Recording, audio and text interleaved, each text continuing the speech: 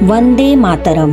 इस पुस्तक में आज हम पढ़ेंगे बाप दादा ने कहा, बच्चे आपका श्रेष्ठ परिवार है, सेवाधारी परिवार है। इस विषय पर ब्रह्मा कुमारी सरोजिनी माता अपने अनुभव इस प्रकार सुना रही हैं।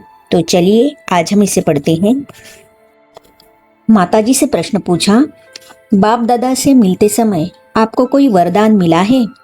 माताजी ने उत्तर दिया, हम परिवार वाले जब भी अव्यक्त बाप दादा से मिलते थे, हर बार बाप दादा हमें कोई न कोई वरदान देते थे। पति का फीजी तबादला हो गया। वहां जाने से पहले हम सब बाप दादा से मिलने आए थे।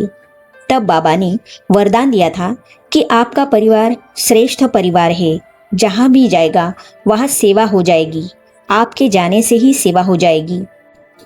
माताजी से प्रश्न पूछा, आप जब ज्ञान में आए तब आपको केवल 2 ही बच्चे थे। ऐसी स्थिति में आपको पवित्र रहने में कठिनाई नहीं आई? यह विचार नहीं आया कि और 1-2 बच्चे होने चाहिए? माताजी ने उत्तर में कहा, पवित्रता के बारे में हमें कोई कठिनाई नहीं आई, क्योंकि हम पति पत्नी पहले ही तय कर चुके थे कि और बच्चे नहीं चाहिए। हम वैसे तो पवित्र रहते थे, लेकिन पूर्ण पवित्र नहीं। हम घर में संत ज्ञानेश्वर और स्वामी विवेकानंद जी के चित्र लगाते थे। उनको देखकर हमें लगता था कि उनमें कितना तेज है, उनमें पवित्रता का बल है, इसीलिए ये ऐसे है, तो हम भी उन जैसे क्यों नहीं बन सकते? ऐसे ऐसे विचार हम दोनों के मन में आते थे। शुरू से ही हमें पवित्रता का आदर था, लेकिन हमें यह संकल्प नहीं आता था कि हमें भी ब्रह्मचर्य का पालन करना है, और यह विश्वास ही नहीं था कि गृहस्थ जीवन में रहते हुए पवित्र रह सकते हैं। जब यह ज्ञान सुना कि परमात्मा खुद कहते हैं कि गृहस्थ जीवन में पवित्र रहकर कमल पुष्प समान जीवन बिताओ, तब हमें विश्वास हुआ कि प्रवृत्ति मार्ग वाले भी पवित्र रहे प्रवृत्ति निभा सकते हैं। माताजी से प्रश्न पूछा, ज्ञान में आते ही सामान्यतः हर एक को एक तरह का नशा चढ़ जाता है कि मुझे परमात्मा मिल गया और क्या चाहिए। ऐसे नशे में बच्चों के प्रति आपके प्यार की मात्रा कम तो नहीं हुई, या उनके प्रति ध्यान और जिम्मेवारी कम तो नहीं हुई? माताजी ने उत्तर में कहा, नहीं, बच्चों के प्रति न प्यार कम हुआ और न उनके प्रति जिम्मेवारी निभाना कम हुआ। बाबा ने कहा है कि योग से कर्म में कुशलता आती है। आप कर्मयोगी हो। कर्मयोग माना अच्छे कर्म करने की विधि। जब हम योग करते हैं तो हमारे कर्म भी श्रेष्ठ होते हैं। अगर कहते हैं हम योग करते हैं और हमारे से श्रेष्ठ कर्म नहीं होते, तो इसका अर्थ है सच में हमने न योग सीखा है और न हम योग करते हैं। ज्ञान मिलने के बाद हमारी दृष्टि और व्यवहार बदल गए। दृष्टि बेहद की हो गई, आत्मिक हो गई, संकुचित नहीं, दैहिक नहीं, लेकिन विशाल हो गई।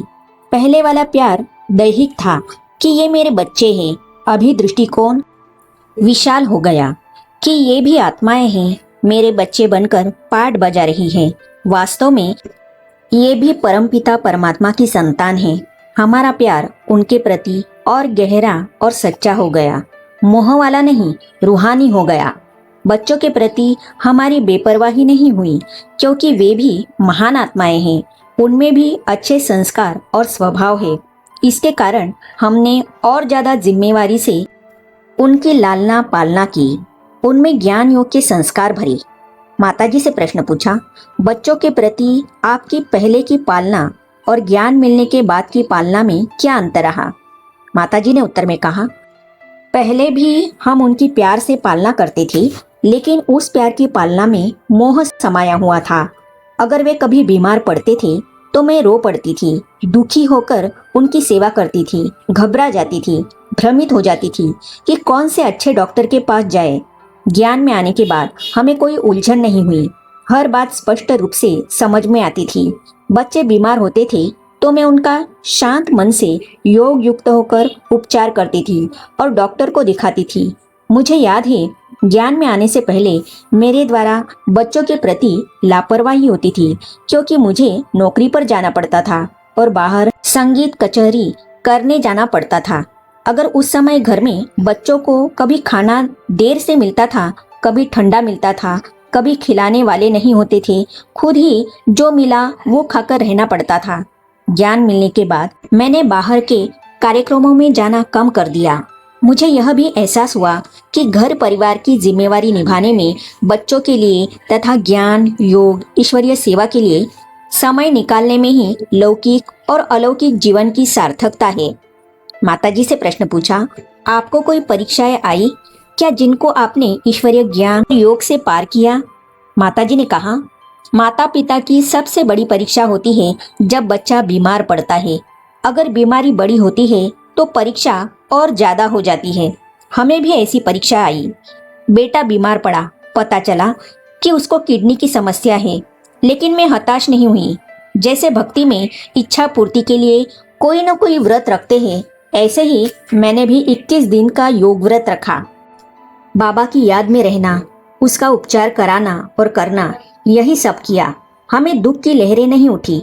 बच्चे के प्रति साक्षी भाव से योगदान करते रहे, शुभ भावना, श्रेष्ठ भावना रखी और इलाज करवाया। वो ठीक हो गया। मैं अनुभव से कहती हूँ कि नियमित रूप का योगाभ्यास और ज्ञान अध्ययन आत्मा में अनेक ईश्वरीय शक्तियों का प्रादुर्भाव करता है। इन शक्तियों से हम जीवन रूपी नैया को सहज रूप से उस पार ले जा सकते हैं। माताजी से प्रश्न पूछा, ईश्वरीय ज्ञान गृहस्थियों के लिए कहाँ तक उपयोगी है? माताजी ने कहा, मुझे किसी ने बताया कि अगर घर में एक ज्ञान में चलता है और दूसरा नहीं चलता, अर्थात पति पत्नी, तो झगड़ा होता है। उसको मैंने कहा कि देखो, झगड़ा करने से कोई समस्या हल नहीं होती और ही बढ़ती जाती है। झगड़ा करने से दिल की दूरी बढ़ती जाती है, विश्वास कम होता जाता है। अगर सच में पत्नी को पति से प्यार है तो पत्नी को पति का रास्ता अपनाना चाहिए। जब मेरे पति ज्ञान में आए, मैं नहीं आई थी, तो उन्होंने मुझे प्यार और शांति से साथ बैठकर सारा ज्ञान समझाया, आध्यात्मिक जीवन शैली के बारे में बताया, तो मुझे यह मार्ग सही लगा। मैंने भी सहर्ष इसको स्वीकार कर लिया। उसी प्रकार पत्नी को भी अपने पति और बच्चों को ज्ञान में लाने के लिए, अलौकिक जीवन शैली अपनाने के लिए पहले विश्वास दिलाना पड़ेगा कि यह ज्ञान मार्ग ही गृहस्थ जीवन को सुखी और श्रेष्ठ बनाने का सहज मार्ग है। कैसे विश्वास दिलाए? श्रेष्ठ धारणाओं से, दिव्य व्यवहार से, दैवी गुणों से, श्रेष्ठ विचार और आचार से।